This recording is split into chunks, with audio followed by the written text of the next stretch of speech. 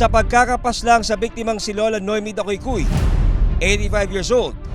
Ikaw ba si Noah Roda? Niimbitahan ka namin sa presinto.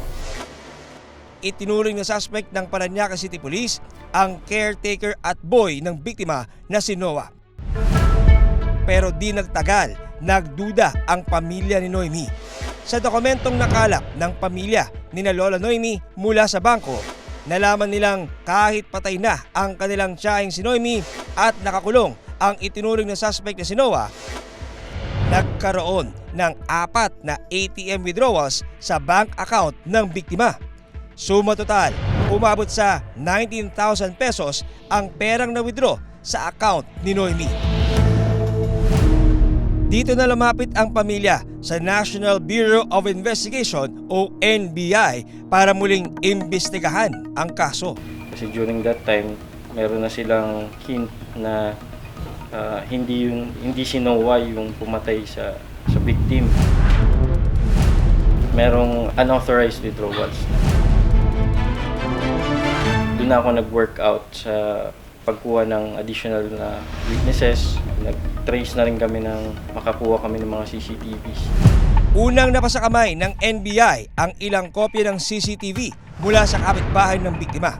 Sa dalawang video, nakunan ang magkahiwalay na pagdating sa bahay ng dalawang stay-out kasambahay at magkasintahang sina Rovelyn Cañete at Julie Ann Navarro. Sa isa pang kuha ng CCTV, nahagip ang pag-uusap ni na Lola Noemi at Noah sa harapan ng bahay ng matanda. Ano sir yung mga sabihin natin mga medyo striking para sa inyo bilang isang investigador? Kasi nabasa ko yung inquest transmittal and doon sa allegation ni Rovelyn kasi naging siyang witness ng mga pulis, ang allegation niya doon na merong pag-aaway yung victim tsaka si Noah. Ba't naman po ganun? Parang niloloko naman niyo yung anak ko. Nung pinanood ko yung CCTV footage, nag-uusap lang sila eh. Normal na pag-uusap lang based on the actuations and body language of both victim and Noah during that time.